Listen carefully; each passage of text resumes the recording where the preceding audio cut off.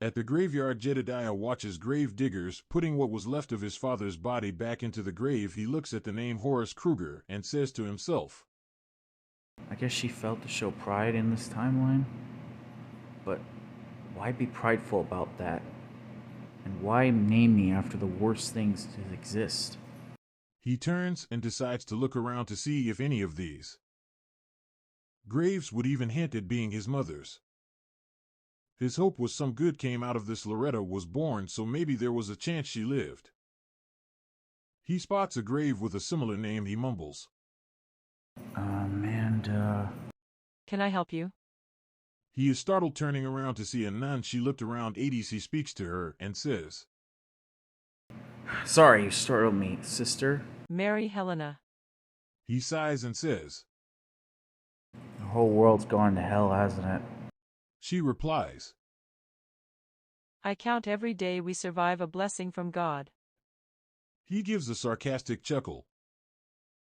Do you not believe? He turns to her and says, Yes, it's just I see God put me here to remind me I'll never be happy.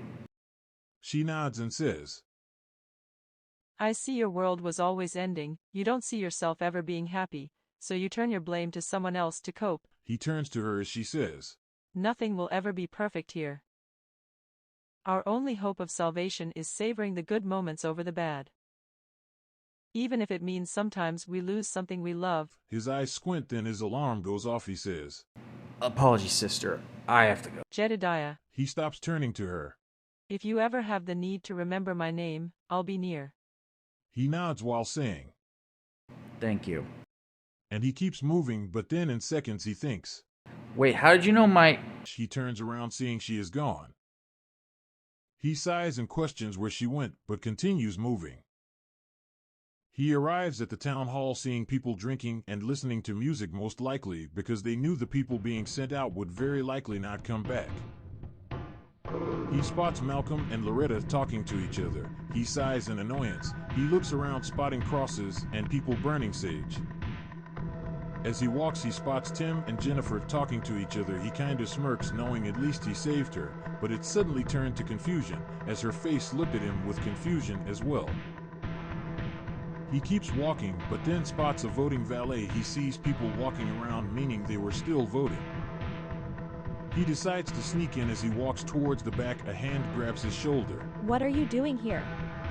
Jedediah turns around, seeing Jennifer, and says, What are you talking about? She responds by saying, I told you this is not what I wanted. I already know you aren't a coward. Jedediah first asks, Okay, where is this coming from? I've been through a lot quite recently, and I might have forgotten. Jennifer just tells him bluntly, Look, I don't get what you're pulling.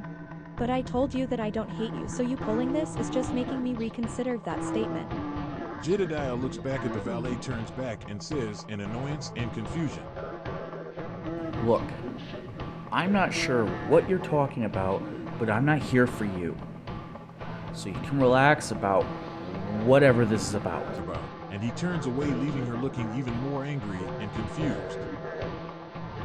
Jedediah makes it to the back of the building, seeing a door blocked by a guard holding an AK-47. He turns around, spotting a window wide open. He can't reach it by standing on his tiptoes. He looks at the guard looking away from the direction, hearing kids laughing near him. He shouts at them. He quickly walks back and runs, then jumps up, grabbing the window, pulling himself up, feeling the pain in his arms. As in both this and the other timeline, he was never good at pull-ups. He gets in the building, looking both ways, seeing a long hall. He figures out from remembering the outside layout. He turns right down the hall, walking very slowly, listening to footsteps. Then, in seconds, he bumps into a woman in a purple shirt. She then says, in a demanding tone, Where's your pass? He just responds, Fuck your pass! He keeps walking past her, feeling like he's somehow both awake and asleep. As the feeling felt familiar, then, in seconds, he heard, Hey! Turning around, seeing the girl wave at him maniacally. No running in the hallway. Then a chuckle, he steps back away from her and slaps his face, saying to himself, I guess I was staying awake in this timeline too. and keeps walking, this time faster. He arrives to around the area he saw outside. He listens to the door, hearing the word. Okay, we've chosen our elder class. Now we need to choose who goes. Mayor Campbell wants the most experienced. Jedediah reaches for the knob and sees it's locked. He steps back and looks around, spotting a security section. The keys have to be there. He quickly heads down the hall, seeing 2 guards watching the keys. He can hear their voices slowing down and speeding up. Jedediah wonders if his powers are gone completely, and if they work if you are dealing with REM while he's awake. He holds out his hand and concentrates, and in seconds he can hear the electricity. He can see them frozen in time, and the pain was worse, and it looked like reality was even more blurred, as in seconds he could see the boiler room, and seconds back in the normal reality. He walks past them, grabbing the keys and quickly running, only to end up tripping in seconds. He looks up, seeing the boiler room. He looks down, seeing no keys. He had passed out, probably from the lack of sleep in this timeline. He hears the clawing and the song slowly getting closer. He quickly slams his wrist on a hot pipe. He wakes up hearing the guards asking, What was that noise? He quickly gets and runs as fast as he can. Just before they came around the corner, he hurries back to the door. He puts in the key and turns it, hearing the voices. All right, I think it's time we put it in the box so the mayor can read them in 10 minutes. He looks at his hand, feeling tired still. He holds out his hand, hoping he doesn't pass out this time. The zaps of electricity and throbbing pain in his head hints to him that it worked. He opens the door, seeing the people holding papers folded about the size of their fingers. He grabs their papers and reads them. He reads all the names, none of them Malcolm's or his and Loretta, so he grabs new papers, and the pain was massive now. He slowly mimics the writing on the papers, replacing the names. Blood starts dripping from his nose, hitting the floor. He quickly placed the papers back in their hands, closing the door, then locking it, taking the key out. He thinks he might have time to run back to the window before his power wears off, but he can feel reality distorting. If he kept this up, he would pass out again, and they would hear it. He would have to risk running at normal. He stops it. He quickly walks away, hearing one of them say, Are any of you sticking around to see? Nah, I don't want to live knowing this run. It will be a miracle if any of them make it back. He makes it to the corner, stopping so they wouldn't hear his shoes. The door opens, and one of them notes, There's blood here. Jedediah reaches for his face, wiping the blood away, with one of them commenting, Did someone get possessed? The blood starts here and leads that way. As they talk, he hopes the noises they make block his footsteps, which works for a bit until one states, You hear that? He runs faster. Hearing them start to follow, he makes it to the window and thinks he only has seconds before they show up. He needs them to not look out the window. He turns around, spotting a trash can, and quickly bumps it. Then he hurries out the window, hearing the people keep running down the hall. He looks over to see the guard is gone from the door, probably still chasing those kids. He walks forward and chuckles to himself, but then he shuts his eyes for a second and opens them up to hear the song, that damned song, and sees the hooded figure slash at him. He jumps back, avoiding it. The second hand grabs him by the neck. He can feel the blades come close to tearing his neck open. The figure says in a deep voice, You'll pay. Jedediah says while choking, I don't even know you. It pulls back its hand, opening the claws. He shuts his eyes. Then he feels a slap across his face. He opens his eyes. It's the guard. You okay, pal? Jedediah speaks up. Yeah, sorry. Sleep problems. I've been anxious for some time. Not sure why. The guard says, You fell pretty hard, probably broke your nose, you're bleeding. Jedediah reaches up, feeling it bent. He gasps, feeling nervous. The guard says, Hold still. He grabs the nose with one hand and holds his head with the other. and tells Jedediah, "Breathe." Okay. On 3, 1. Then Jedediah feels a quick pain and a snap. He screams, Ah! Son of a... I thought you said 3. 2, 3.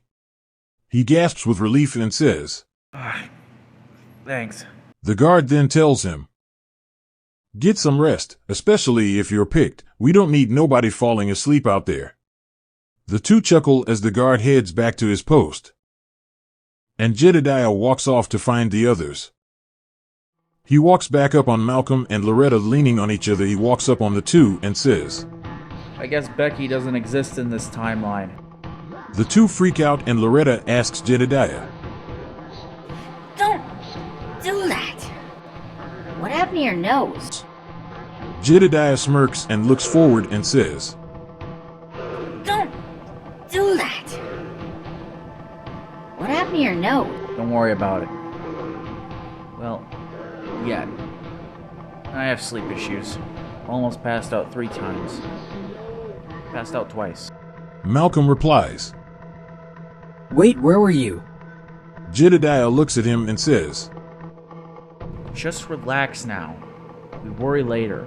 Jedediah spots Jennifer and Tim watching from a distance, and Jedediah asks, Laura, what does it say about me and Jennifer in that notebook? She opens it and asks. Why? He looks at her and says, She was my coworker, and while I'll admit I've pissed her off in the past, we were never good friends, so I didn't really care much. She seems to be more personal with me here, and I need to know if she's friend or foe. She reads, and gives a look of shock, looks up at Jedediah and looks back down. Then she looks at Malcolm, shows him the book, and he looks in shock. They both chuckle. Jedediah speaks louder. What? Is it bad? Malcolm says, chuckling. Worse. It's so much worse. Loretta adds. It's moments like this that make me glad my memory resets, because this will still be funny tomorrow. He asks once more. What? Loretta reads to him as clearly as she can. My brother came home today in shock and awe. He runs to his room and screams into his pillow. When I ask him to spill the tea, he says, She kissed me on the lips. He looks confused, but then pieces together what they are reading and says, So... They look up and nod, trying not to burst laughing as he finishes. And I'm guessing it didn't last long, judging by your laughing. Here it reads, about 2 months after their hookup, he comes home and punches the wall, saying he has to get on a gas run to prove he's tough. When I asked him for more details, he said she was sick of hearing his self-pitying on how he wasn't good. And he believes doing this will at least get her to not hate him. He gives a look to the ground and realization, stating, Great. So, I'm gonna be avoiding her. She closes her book and asks, Why? It seems like she was willing to talk. Maybe you could put this to rest? Maybe even make up? He looks at her and says, No! I tried that life in my timeline, got hurt too many times. Here, even when I succeeded, I screwed up. So, I would have less success than the guy I swapped with.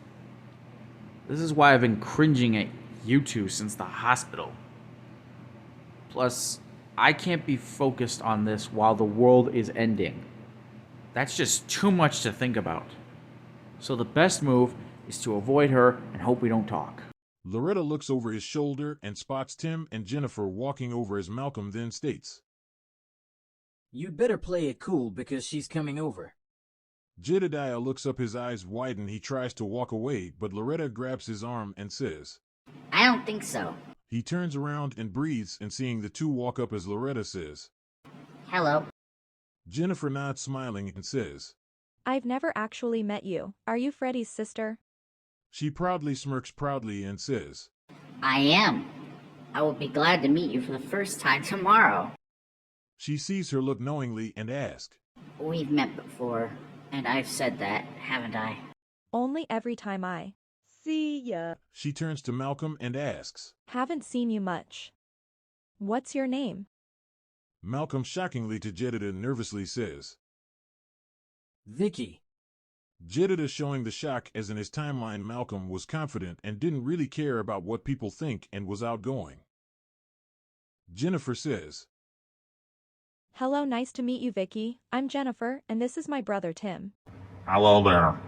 Jedediah again looks confused, trying to hide it, but comes to the realization that Tim must have lost his family in this timeline and was raised under the same household as her. Jennifer asks, So Frederick here refuses to tell an old friend what he's doing here. Do any of you want to spill the tea? Loretta and Jedediah give horrified looks as Malcolm answers, They said I don't get out much. They wanted to take me out to the festivities. Jedediah decides to chime in to hide his mental collapse from Jennifer. As I told you earlier, nothing dangerous here. Just making sure Vicky doesn't feel alone. He finishes it off with a chuckle as Jennifer looks at him with a stern look as she then finishes. All right, well, I'm glad you're helping him, and maybe this will help you in a way. He nods, acting along as Loretta says, teasingly slapping his arm. God knows he needs it. Jedediah, with his teeth clamped together, smiling, utters out quietly, Shut up! and they all chuckle as the music stops and trumpets play as Jedediah says, Oh, the voting's starting. Let's look that way and not at each other. The three turn as Jennifer's look gets more stern. Tim didn't care, he liked the trumpets.